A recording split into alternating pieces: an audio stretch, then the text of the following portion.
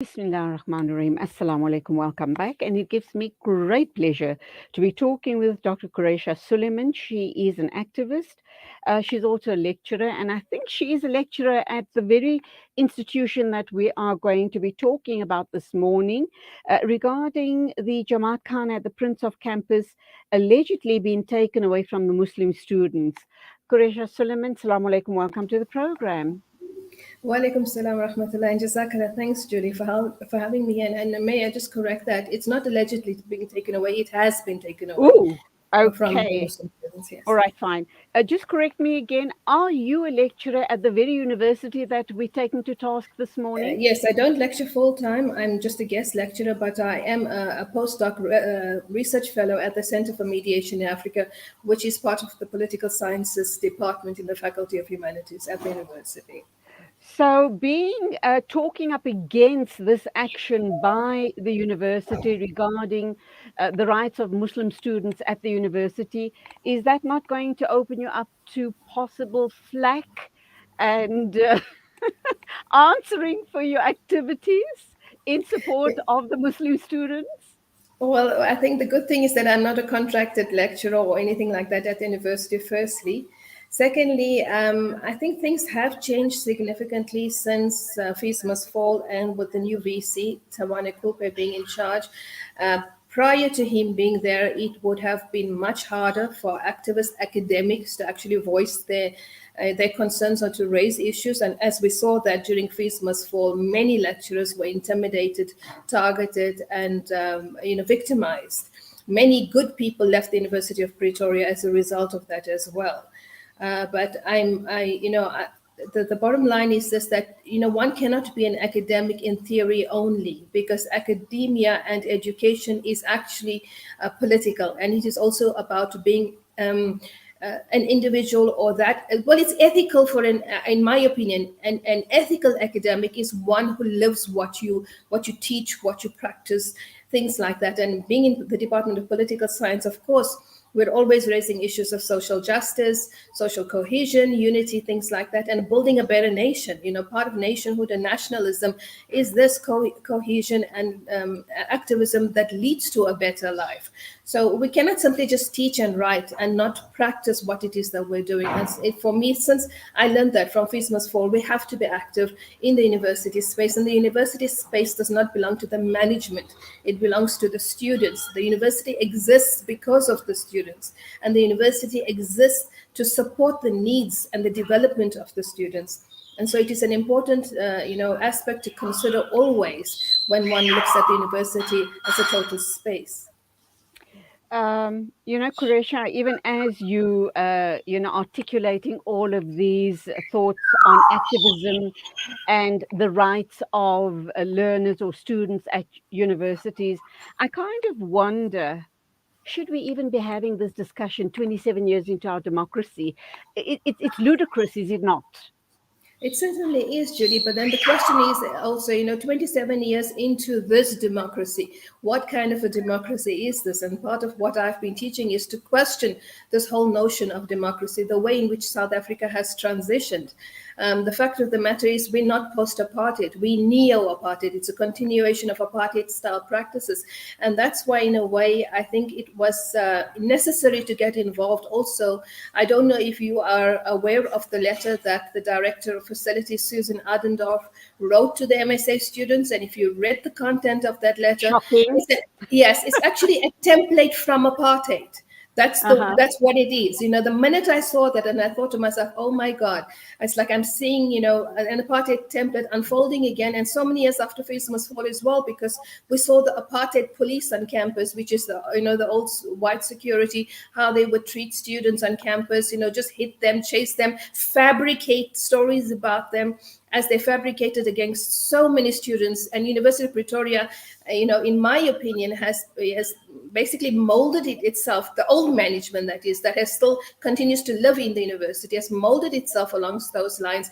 And they speak a lot of lies. And I saw that in the response from the university as well, when it responded on the Instagram to the MSA students as well. And I thought, oh gosh, it's like, they don't learn from the History history. living, Yeah, history repeating itself. repeating itself. Exactly. Yes. Yes.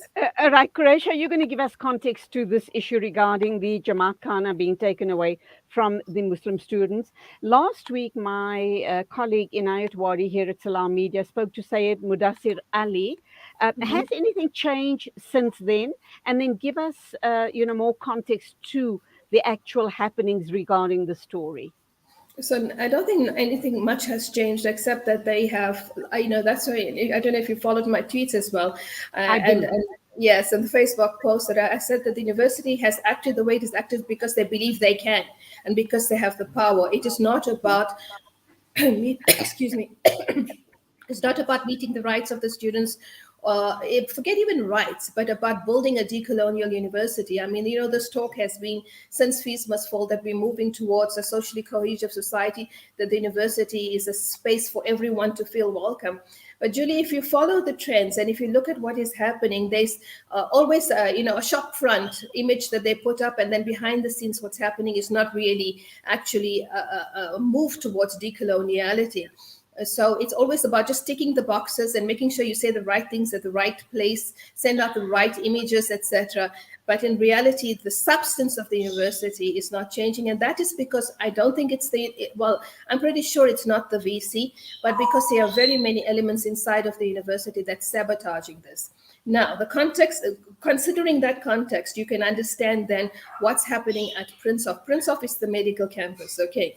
One thing you need to remember is that in terms of transformation at the University of Pretoria, health sciences is one of the worst performing faculties in terms of transformation and in meeting the criteria for transformation.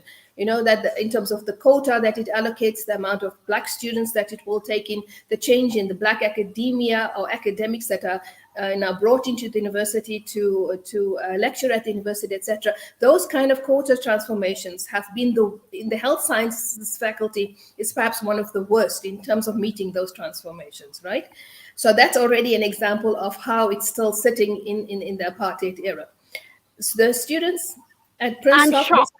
I'm shocked. Let me just say, I'm shocked. I didn't realize these things are still happening at such a large scale at universities, at institutions of learning. Unbelievable, but please carry Yeah. on. Yeah, no, no, no. Actually, this is like, I always said, in the past, they would form those lagers around themselves.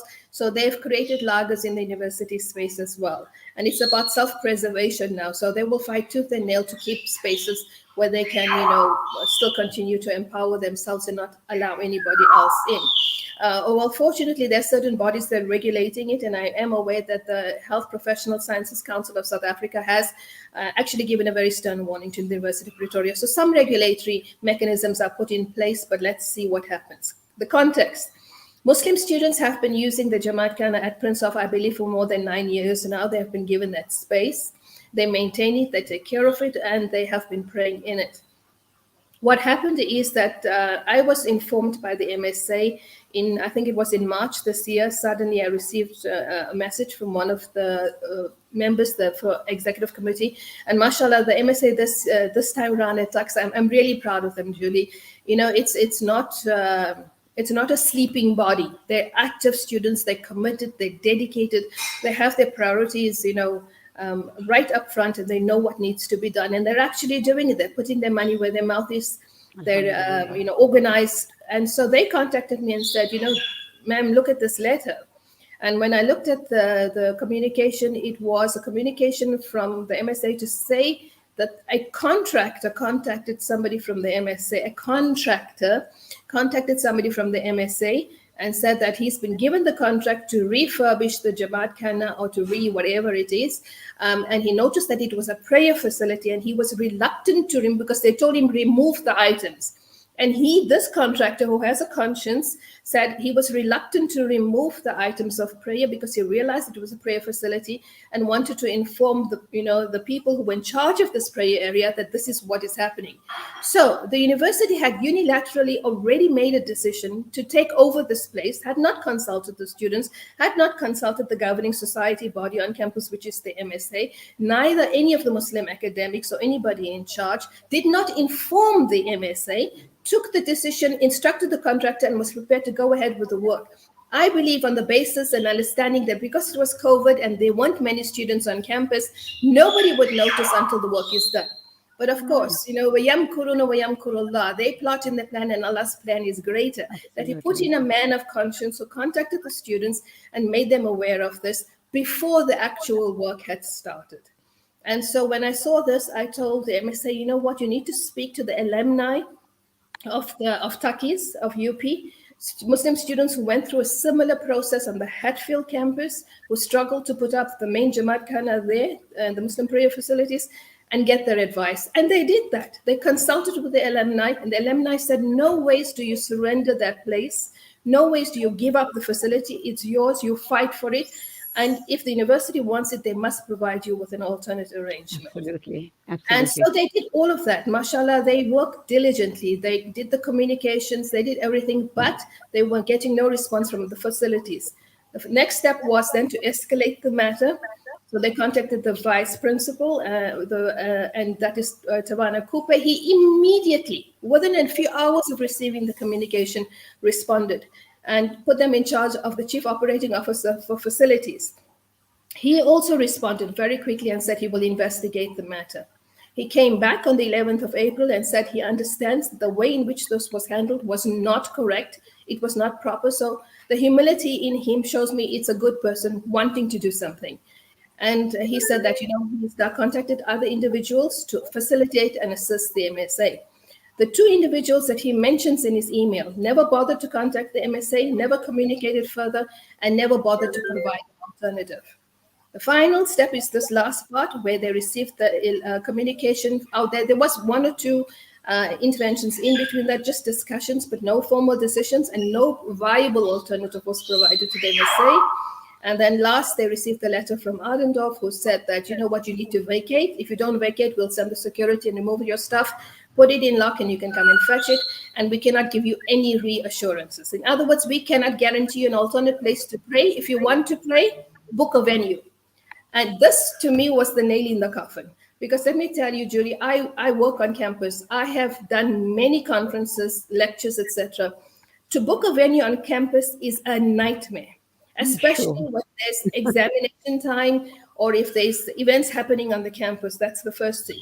Second thing, just logically, how do you book a venue 3 times a day, Zohar, Asr, Maghrib, for the students to pray and then inform everybody who wants to pray, and that everybody is not everybody where the venue is for Zohar, where it is for Asr, where it is for Maghrib, every single day for the rest of the university campus's life, and especially then for Jummah as well.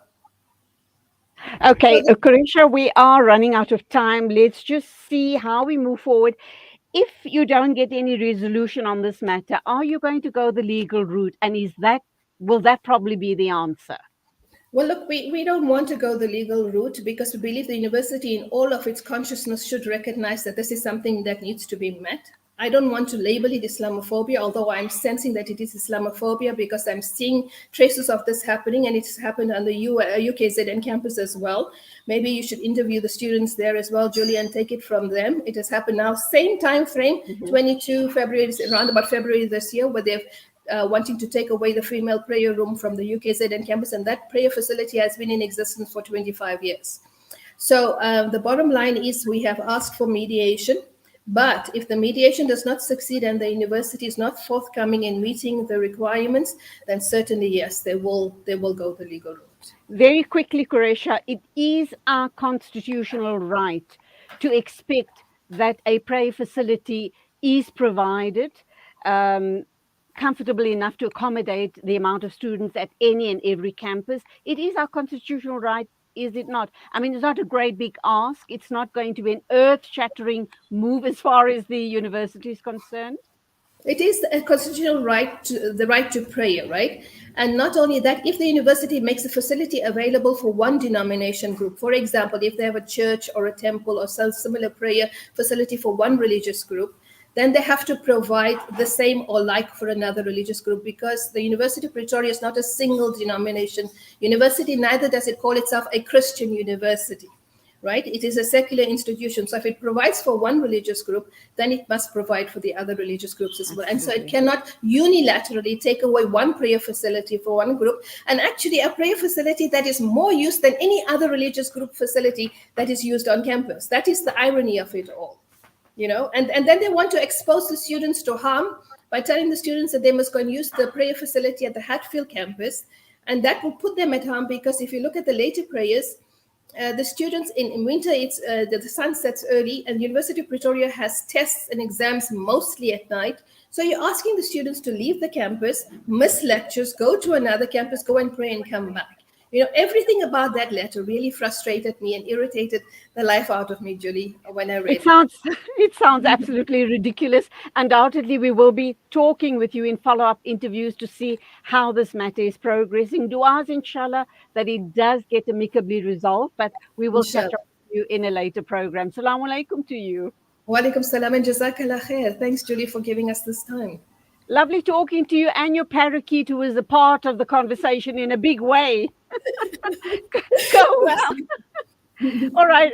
We have a message here from Fatuma Sifa Mulohwe. She says we have the same issue at the UJ Dawnfontein campus, but the staff made noise and we got a much better venue. Alhamdulillah. Let's keep making noise. Alhamdulillah. Assalamu A alaikum to good way both to of end. you. Wa alaikum salam. Okay, the time is exactly 8:47. Standing by to talk with us is Dr. Mohammed Harun Khatibi, Humanitarian Assistance Society, who is going to elaborate on the earthquake in Afghanistan and where we stand regarding relief efforts are concerned, international relief efforts of that. So do stay with us.